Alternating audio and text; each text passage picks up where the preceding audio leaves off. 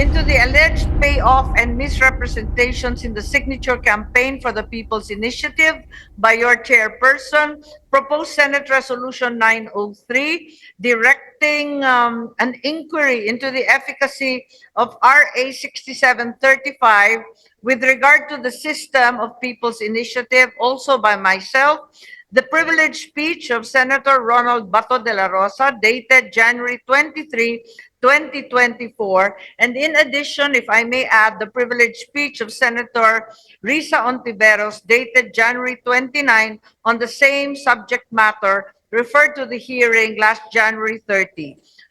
At alam ko na napakahirap ngayon ng sitwasyon ng maraming Dabawenyo dahil matindi yung ulan.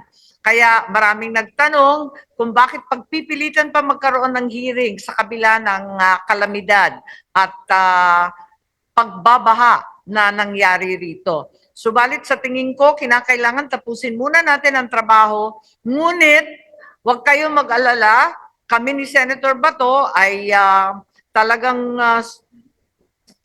pupunta sa, nakalimutan ko, tatlo na pala kami. Andito si Senator Bongo, kaming tatlo ay talagang tutulong sa mga nabaha at napinsala sa iba't ibang probinsya, syudad at munisipyo dito sa Davao. Hindi kailangan ng bastusan ang sabi, nakikinig daw ang kabataan at hindi daw ako magandang ehemplo sa kanila. Ano ang hindi magandang ehemplo? Ang lumaban at itaguyod ang demokrasya o ang pailalim na sumisira dito?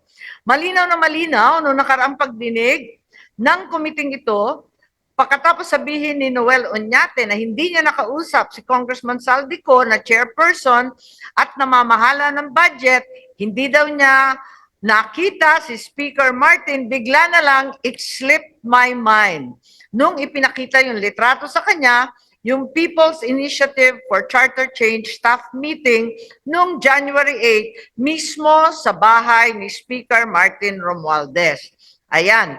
Nung tinanong ni Senator Bato de la Rosa, gusto ko lang i-confirm kung siya ay kasama na, nasa likod na rin, nagpapatakbo ng PI dahil nga tumulong siya sa inyo, hindi ba? Ang sagot ni Mr. Oñate, yes, he is helping us, ang sabi. Ang signature gathering dito sa Davao, katulad sa buong kapulungan, wala naman sanang problema kung tama ang paglikom ng mahalagang mga pirma ng sambayanan. Pero bakit may panlilin lang? Bakit may paayuda na galing din sa kaban ng gobyerno? Bakit hindi masyadong napaliwanag? Ano ang mangyayari kapag natuloy ang amyenda na gusto nilang mangyari? Para sa pagdinig na to, tayo ay pumunta mismo dito sa Davao City dahil nandito mga testigo na kayang humarap sa taong bayan. Pakinggan po natin ang nangyaring signature gathering Davao City, Davao del Norte at sa iba't iba pang lugar. So I call on my esteemed colleagues, particularly the author of the privileged speech, Senator Bato de la Rosa, if they would like to deliver their own opening statement. Senator Bato, please. Thank you, Madam Chair. But before I deliver my opening statement, may I request, Madam Chair, if the resource persons ng Barangay Bunawan, Barangay San Antonio, Agdao, at saka pwede pa upuin na dito, Madam Chair? Yes, please. If you can come forward for ease of communication and visibility. Pati yung mga barangay kapitan na andyan, pwede pa upuin dito? Yes, if you're there, ex-Kapitan Mark Galvez, Kapitan Lolong Laran, Kapitan Ray Ototan, are you here? Marcos, my dear colleagues, Senator Bongo, and to all our resource persons, mayong buntag ka natong tanan. I will keep this short and simple. Kaya mas gusto na akong maminaw sa inyo mga testimonya. Usara ako mensahe para ninyo, labi na sa atong mga resource person. Tell the truth and do not be afraid to do so. Ingon sa Biblia, the truth will set you free. It does not say that our political alliances will set us free, that money will set us free, or that power will set us free. It is only the truth that can do that. Sabot mo. Salamat. Busa ayaw mo kahadlok. Do not be afraid. Walang dapat katakutan, ang walang kasalanan. If a person comes to believe the promises of another, but then later those promises turn out to be mere lies, it is never the fault of the one who believed. Wala mo'y sala kung kamo nituo sa mga saad. Usbon nako, kamo nga nakapirma, wala mo'y sala.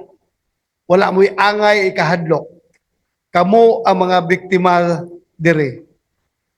Ang pananagutin natin ay iyong mga masasamang loob na pinagsamantalahan.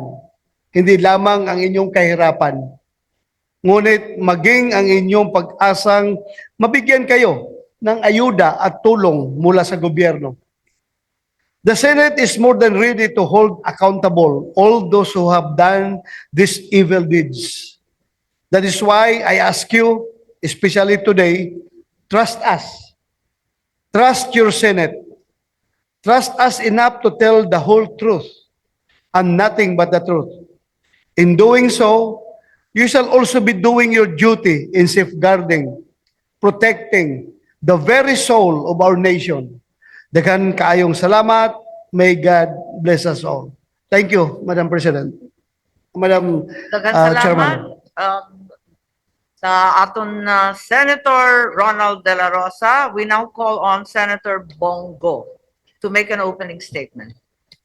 Good day, Madam Chair, and to my fellow members of this committee, Senator Bato de la Rosa and resource persons in attendance. Madam Chair, konting statement lang po dahil hindi po ako nakapagbigay ng statement nung nakaraang pagdinig sa Senado. Medyo napahaba ang ating diskusyon doon at marami pong mga resource persons. Madam Chair, ang ating konstitusyon ang pundasyon ng ating malayang demokrasya. If we have to change the constitution, it is because the people want it. Dapat gusto ng tao, walang pilitan.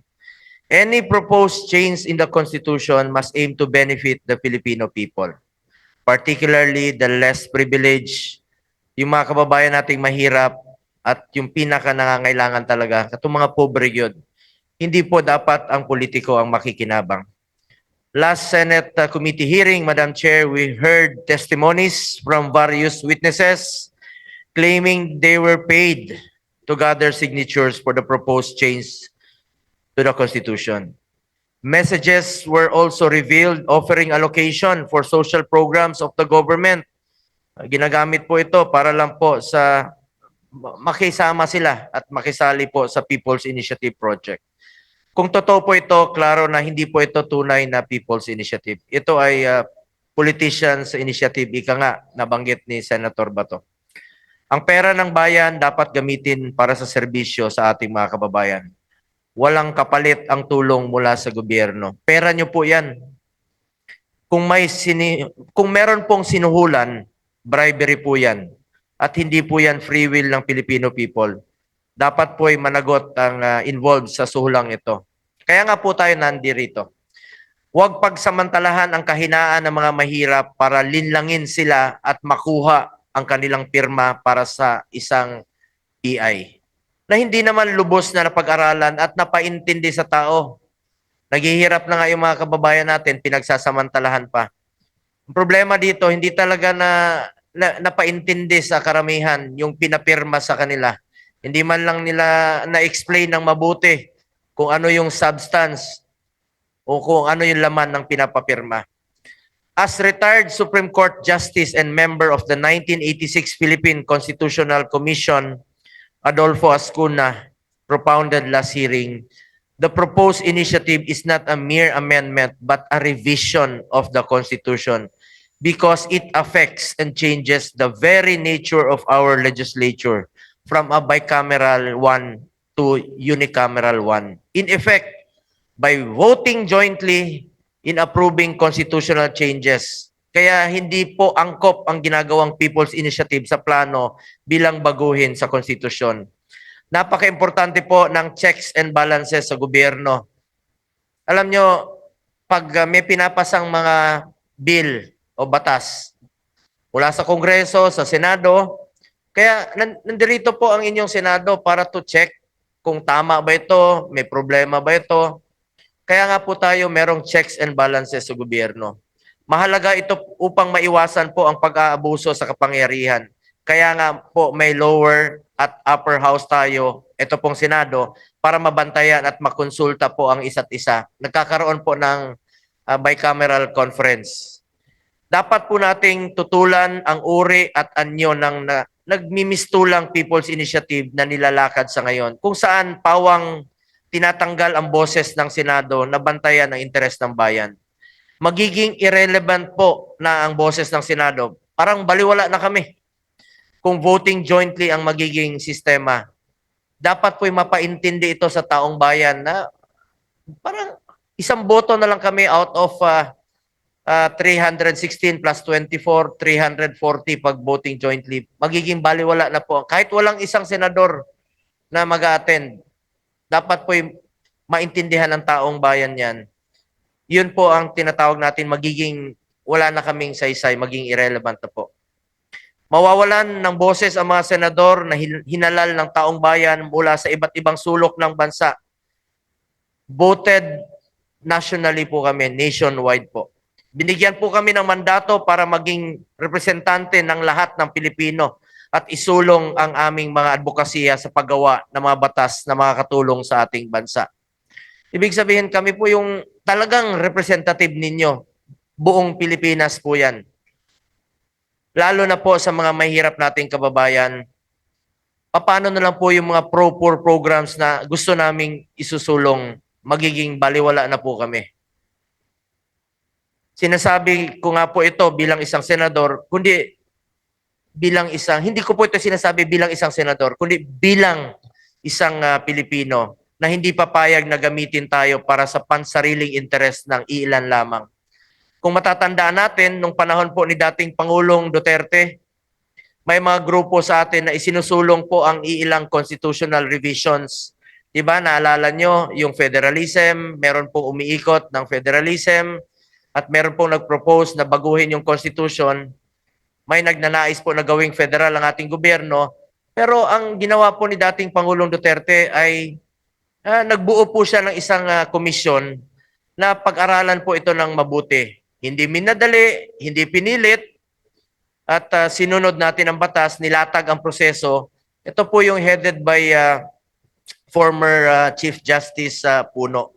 Nung panahong yon, pinakinggan natin ang hinaing ng kapwa nating Pilipino, gumawa nga po ng komite, ganyan ang pamamalakad ni dating Pangulong Duterte noon. Ika nga, kapag inuna mo po ang interes at kapakanan ng iyong kapwa, hindi ka magkakamali.